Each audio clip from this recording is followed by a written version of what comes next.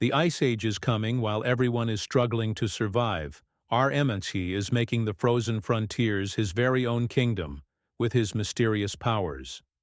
In the middle of an unrecognizable frozen city where every infrastructure has been completely shut down, every mode of transportation at a standstill, an urgent report is coming in that the Earth has finally entered a new ice age at a rapid pace.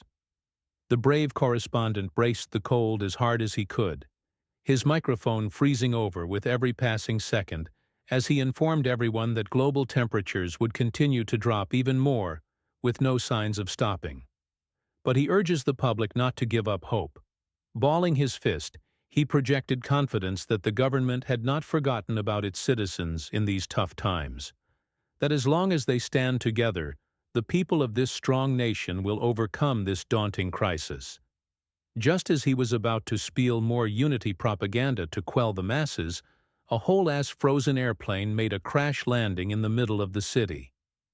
Plowing through the reporter and his whole crew, a man watched this final shot of the last news broadcast covered by the remaining TV station in the country. The TV finally cut into static, no more overcast news coverage of what's happening. Outside the room of our protagonist, cleaning up the mess of what little supplies he had left. The area around his entrance is filled with boxes of useless stuff. Outside, someone had been knocking quite hard and calling his name in a panic. Finally, hearing the incessant calling of his name, Han Feng stood up from his filthy frozen apartment, took a steel bat modified with some nails, traces of blood still visible on its surface, and walked towards the door. Han Feng was gaunt. He had the combination of the thickest possible winter wear, but it was not enough to stave off the cold. He slowly and carefully peeked at the peephole to see who was on the other side of the door. Who he saw shocked him. It also excited him a little bit. It was a woman he was very familiar with before the Ice Age even kicked in. He sees a terrified and shivering, beautiful lady almost on the verge of freezing. Knocking on his door, our simple little main character opens the door without hesitation. And despite the temperature being way past freezing, this idiot still manages to blush as he greets his little crush. Hyona, he quickly invites her inside, saying that it is very dangerous to be outside, especially with looters roaming around. Suddenly, the pretty woman opens the door wide. She then throws herself into Han Feng, pulling his clothes before proceeding to kiss him passionately. The two shared the warmth of their body through their mouths. They were so out of it that they didn't even notice how much time had passed after sharing that hot, passionate smooch. Our boy finally comes to his senses, asking, why did he own such a thing? Right after he opened the door, the distressed gal answers in a very meek voice, saying that she has come to realize that the one she truly loves is none other than Han Feng. With teary eyes and an innocent smile, she states that he's the one she's supposed to be with. The cold apocalypse revealed the true colors of the people around her, making her aware that Han Feng really cares about her. Trying to convince our baffled hero, she leans closer and in a seductive tone of voice. She states that if he doesn't believe her, she will be willing to do anything. This gave our horny boy naughty ideas, making his beet-red face even brighter. Hyona even presses her legs towards Han Feng's manhood, exciting our boy even further. His mind is going blank, and steam is wheezing out of his nose from the ecstasy before he completely loses his mind. He manages to barely say what's on his heart, declaring that Ike's words mean so much to him, but he's not really sure that this is the right thing to do. And the moment our boy closed his eyes, this man came out of God knows where and struck him with a baseball bat, and Fang was fatally injured, and he laid down on the floor, bleeding to his death, barely conscious. As it turns out, the Assant is an acquaintance of Hyona, and the girl isn't actually a pure-hearted lady, but rather an evil. They plan this from the start, and their goal is to loot our boy's room and take away all of his supplies in order to survive the cold apocalypse. Our poor boy spent the last moments of his life shivering in the lonely hallway as he listened to the treacherous conversation between Hyona and her buddy Life. Slowly escapes our hero. Despite the able act of betraying the pure-hearted Han Feng, the bitch still had the audacity to flirt with the man right in front of our boy's face. Han Feng dies, and his last thoughts are, if he's to be reborn again, he promises to be done being a lovesick puppy who gets taken advantage of as his soul leaves his body. Our boy finds the light at the end of the tunnel, and he tries his best to reach out to it. Once he has made contact with the dim light, it suddenly turns red and violently envelops his whole being. The next thing he knows, he's abruptly woken up with sweat dripping down his face as if he just had a terrible nightmare. Our boy sits on the bed, dumbfounded. He just stared at the window, wondering, where on earth is he? 30 minutes later, we see our boy standing on the balcony enjoying the warmth of the sun. He never thought that he would feel this sensation ever again because of the ice apocalypse that he had experienced. Confused, he checked the date and learned that today is the 28th of June. And if his memory won't fail him, the apocalypse started on July the 15th. He is aware that he should be dead right now.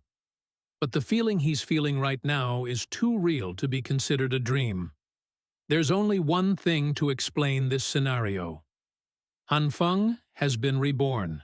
However, something is different this time around ever since he woke up. The red glow has been around his right hand the whole time. Although it might seem like his hand is on fire, it doesn't actually hurt or burn our boy. The only effect that it does is that it gives off a warm sensation. Dust enters his nose, causing him to sneeze all of a sudden. The red glowing light on his right hand turned green, confusing our boy. He becomes even more surprised when the green flame burns bigger, making him wonder what actually is going on. Despite this, Han Feng doesn't seem to be feeling any pain. He goes back to his room, feeling exhausted from overthinking the situation. He comments on how surreal the thing on his hand is, saying that science wouldn't be able to explain why is there beams of light shooting out from his hand after violently expanding. The glow began to calm down and slowly shrink. Han Feng remarks that the green light is different compared to the red one, saying that the red is more stable. Suddenly, our boy feels completely drained, so he sits on the sofa as he tries to catch his breath. He wonders if this sudden exhaustion is caused by the green flame, convinced that it is indeed the cause. He flails his hand around, trying to extinguish the fire, but it won't budge. Then something comes to his mind. Maybe there's a chance that this is a power-up just like the ones he sees on Manus. The usual storyline is that the protagonist will be reborn after a gruesome death and receive an overpowered ability. With this in mind, he grabs a knife and points it forward. Unfortunately, the green flame didn't react. It's still in his hand and didn't cross towards the knife, realizing how silly he might look. Han Feng scratches the back of his head while making a dumb face. His stomach then began grumbling from all the moving he was doing. The dude just woke up, and he already started doing some crazy shit without having breakfast. Our boy went to check the fridge, but unfortunately, he found nothing inside. Man, this panel is too relatable. This is not good for our boy. He's famished if he doesn't eat something soon. He will pass out. Maybe the flame on his hand has something to do with how fast he's getting hungry. With some stroke of luck, he notices a jar of leftover soybeans on the table. Well, It isn't the best meal there is, considering that it is just a snack. But Hanfang is desperate. He would eat anything that is available to alleviate some of his hunger. He uses his right hand to pick up the bean and throws it into his mouth as he was about to chew the bean. It exploded in his mouth as the smoke clears. We see a full-grown crop escaping Hanfang's mouth. The man himself is too stunned to realize what is going on. As he pulls out the crop from his mouth, he notices that it is a fully grown soybean plant. In addition to that weird scenario, the exhaustion he was feeling earlier is gone. Along with the flame on his hand, our boy takes one pod from the plant and opens it. And sure enough, there are some healthy bean sprouts inside. Our hero is now sure that he has indeed gone back in time and acquired the power to help him survive. He's now eager to learn more about his abilities. However, the most important thing must come first, and that is to stock up on supplies for the upcoming Ice Age. The scene switches to the crowded scenery of the city. The street is jam-packed with people, and the foot traffic is quite heavy. Amongst the people is our hero, who is currently lost in thoughts as he walks. He assesses the power that he has. As far as he knows, the flame on his hand has two colors, red and green. He hasn't seen what the red one can do yet, but the green flame makes his heart beat faster as it expands or shrinks, making him feel tired. The information he has right now is too little to make any conclusion, so he just stares at his hand. From behind, our boy immediately recognizes this sweet and alluring tone of voice, so he turns around. But the facial expression he's wearing is that of annoyance. The reason is simple, because the one who called him is none other than the treacherous bitch that caused his death during the ice apocalypse. Just like in Hanfeng's previous life, the bitch acted also clingy and innocent, saying that she didn't expect that they would bump into each other, commenting that it must be the work of fate or hero flinches after seeing Hyona. Once again causing mixed emotions to build up inside him, this simp king considered Hyona as the goddess of his dreams for 3 long years, and during that time he had done everything to make her happy, even though he always knew that he was nothing to her but a fallback guy who she only called when convenient. Recalling the previous incident, rage boils in our hero's veins, but he chose to calm himself for now. Now is not the time to take revenge, yet he needs to secure supplies first. On the other hand, Kiona desperately tries to catch his attention. She leans closer, asking what our boy is spacing out for, despite the anger he is feeling towards the bitch. Hanfeng acts civilized, pretending that he's still the simpu was before our boy acted natural, complimenting the bitch for her pretty face. Hyona laughs, commenting that Hanfeng is getting smooth with his advances, but of course she's just saying this to trick our boy with a seductive pose. She invites our hero to go shopping. She's probably thinking that she will be able to get some free stuff from our hero. Unfortunately for her, after dying once because of her, our boy walks past her saying that he can't go with her today. The bitch was absolutely taken aback.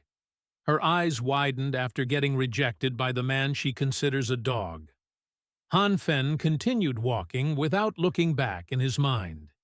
He compliments the bitch for trying, but he is no longer the foolish man from before the scene changes. And we are taken to a busy supermarket.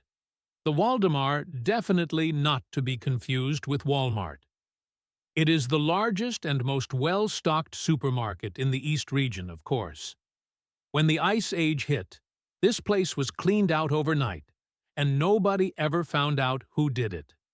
Our hero walks through the supermarket, and he immediately fills his pushcart with necessary supplies. There is only one thing on his mind, and that is to stock up as much as he can before the apocalypse hits. He's also browsing the internet for survival. Tips for the apocalypse.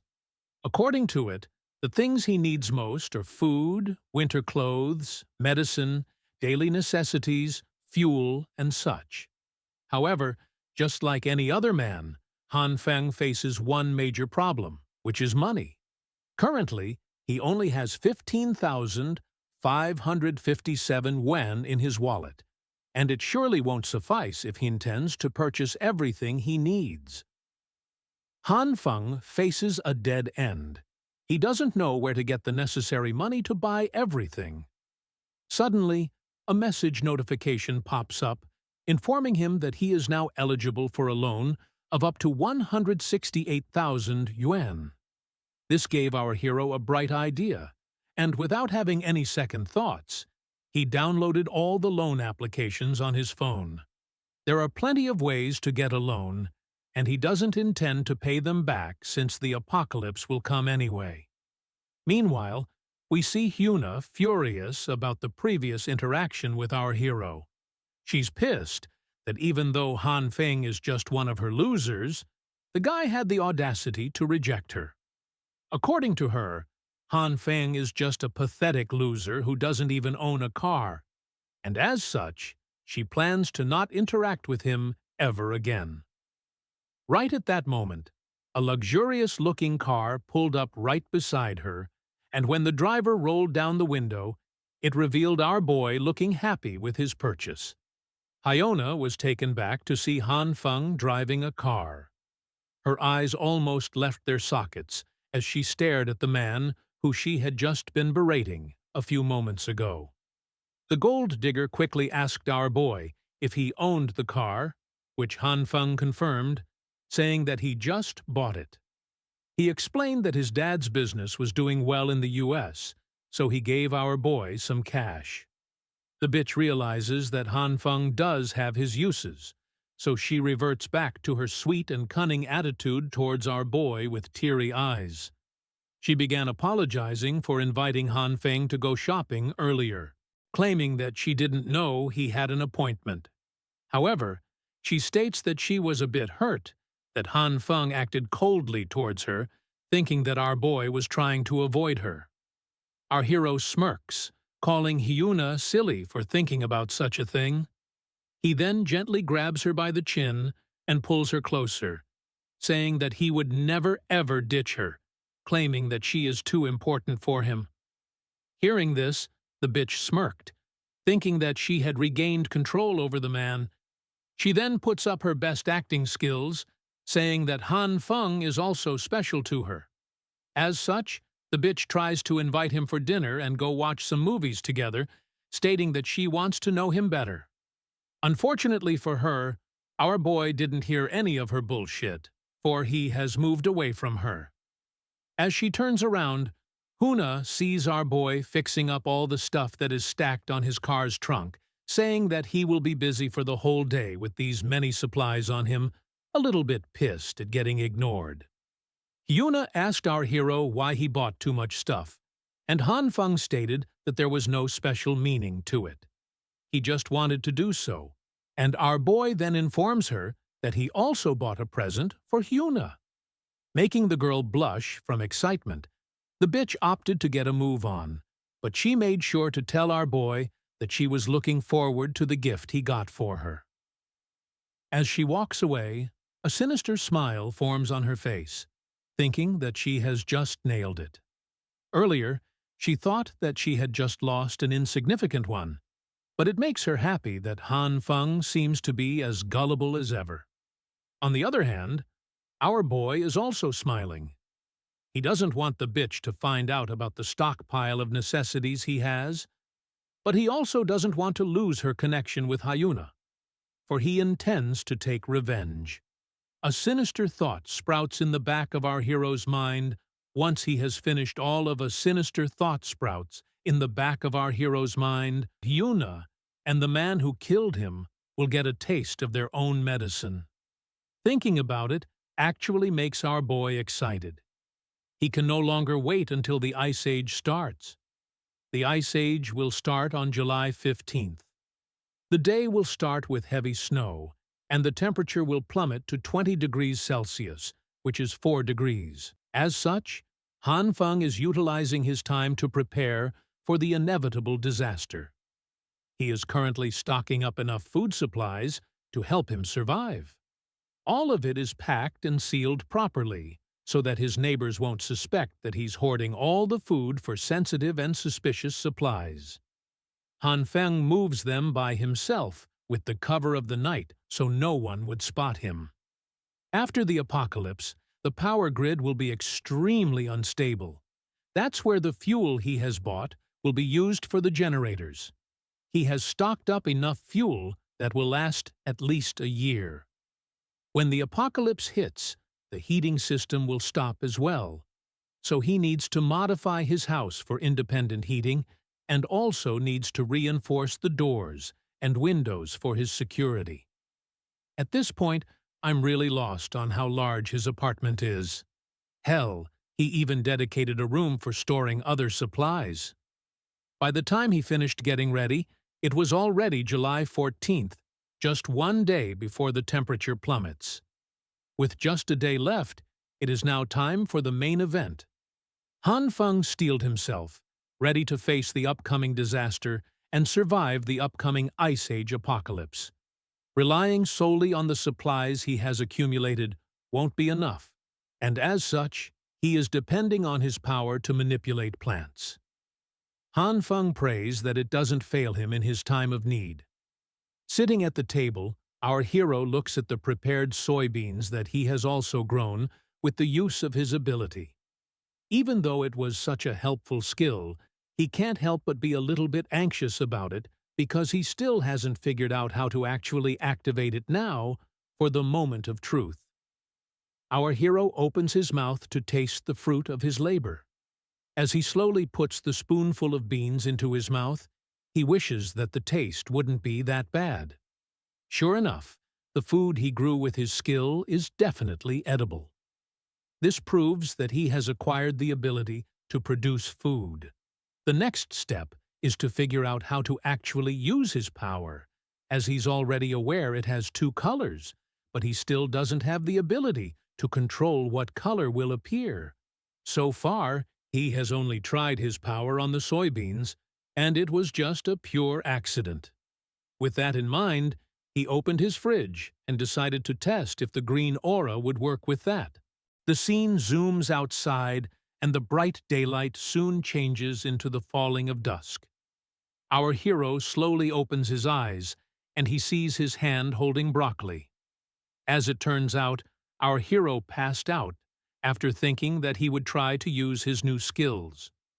He gets up and sees that there are a lot of full-grown root crops and plants scattered around his apartment. However, his head hurts like hell, so he can't really assess the situation. One thing is clear: his power takes a serious toll on his mind and body, so he can't just use it on a whim. Despite that, our boy is somewhat happy that he still at least learned something about his mysterious power earlier. Before he blacked out, he tried using his power on a bunch of different plants. There are some plants that didn't react at all, while others grew from seeds into full-grown plants in no time, just like the soybeans. There are also some hazards as well, because quite a few of them exploded after getting exposed to Han Feng's power. After the explosions, they turned into substances that looked like coal. But because they are very light despite their weight, they can indeed be used as coal, which makes up a good source of heat. With that, there is no need for our boy to worry about staying warm for now. Afterward, he tried to abuse his power many more times. He even tried increasing his focus so that he could get a bit more control. After making the broccoli bloom like a bouquet of flowers, the exhaustion finally caught up to our hero, and he collapsed to the floor. The success rate of his power is way too random, and he can't find any patterns at all. However, our boy is convinced that there's got to be some kind of principle behind his mysterious ability. He sat down with his legs tucked and started meditating, feeling the whole sensation of his body. Gathering all his focus and peace of mind, our boy started imagining himself out in nature completely naked. This is starting to look like one of those spiritual journey ads. He walks into the forest as different animals stare at him, wondering what the heck this man is doing. By putting his utmost effort into this imaginary world, both his body and mind became part of the natural world. Thinking that he has successfully become one with nature, at least by heart, our boy slowly opens his eyes, curious about the result. Fortunately, his theory turned out to be correct. This green flame of his is indeed connected to his consciousness. The flame on his hand started pulsating, signaling that it's working, but it is not going out of control. The next thing we see are different kinds of meat laid down on the table. It seems our boy is about to test something here. He gently places his hand on the pork meat, wondering if the green flame will react to it. However, even after placing his hand on it for quite some time, no reaction occurred on the meat, making Han Feng wonder if it's really only working on plants, not wanting to be a vegetarian for the rest of the apocalypse. Our boy becomes impatient and grabs the meat tightly, praying that his magic will affect it. He poured all his concentration on his hand to the point that his veins started bulging from the intense focus. Despite that, our boy became a bit disappointed to find that nothing happened. However, when he meditated earlier, he felt two distinct sensations when trying to activate his power. He then remembered that he actually had the red flame as well, and he hadn't tried it out yet. In meditation mode, our hero channeled his thoughts into activating the red flame. He closed his eyes and started his mental preparation once again. As the red flame burned on his hand, it started to envelope the meat. The pork started showing bubbles on it, indicating that something was happening. Suddenly, the delicious fresh meat turned into an undistinguishable blob of flesh. It's so disgusting that the artist had to blur it for us so we wouldn't vomit like our hero did. Horrified by the mean Han Feng violently tossed it to the ground, calling it more disgusting than his curiosity gets the better of him. He starts pressing his finger against the meat that looks like chum from the chum bucket that Plankton sells, wondering what happened to it. As he picks it up, he realizes that the meat actually reacted to the red light, but it felt like the pork got cooked or something. Han Feng gets a little bit disappointed, thinking that it's all that the red flame can do. But as he stares at his hand, he feels that there is a lot more than just that. As he observes the massacred meat closer, he notices that the red flame somehow disintegrated it, resulting in its hideous appearance. Suddenly, something comes up to his mind. He started wondering what will happen if he uses both of his power and combine it together. As such, he grabs a handful of soybeans from the bowl and activates his other flame. On his right hand is the handful of soybeans enveloped with the green aura, and on his left hand is the meat imbued with the red flame. The green light signifies growth, and the red light is the opposite of it, which is disintegration. Han Feng then wonders what would happen if he combined the two opposing powers into one. As such, he smooshes the soybeans and the meat together, and along with the two flames, a bright golden light started to appear on his hands. The result of the experiment was so good that it made our boy shout in amazement. The disgusting meat from earlier reverted back to its pristine condition, and it actually grew bigger. It almost expanded 4 times its original size. However, the soybeans, on his other hand, disappeared, making our boy confused. This made him ponder if they got merged with the meat, creating this incredible product. Han Feng began observing the newly enhanced meat closely. According to our boy, it feels and smells exactly like real meat, but it's even fresher. Steam began puffing out of our hero's nose, excited to repeat the process. Unfortunately, All his next experiments ended in failure. Han Feng slams the ground, asking what he did wrong. Even though he failed miserably, he got over his tantrum quickly and decided to pay no mind to his failure, deciding that he will just figure it out next time. Anyhow, he concludes that today's experiment is still productive. He can now freely activate both the green and red flames at once. Han Feng grins, thinking that if he can just master this power, he will be the man standing at the pinnacle of this apocalyptic world. He starts visualizing himself as a superhuman, standing on the peak of Mount Everest, while wearing his underwear outside his pants. Then he suddenly realizes that having the ability to procure food easily doesn't put him on the same level as the Man of Steel. He remembers that he also needs protection as a normal human being. He's completely defenseless against thieves as such. Han Feng started cleaning up the mess, made him thinking that they got to hurry and find himself a weapon before the temperature plummeted down while he was picking up the things on the floor. He gazed out the window and saw snow falling from the sky. It had started the global freezing that affected the whole world as we know it, although Han Feng was already aware that it would happen on July 15th. It still feels surreal for him to witness it once again, knowing what to do next.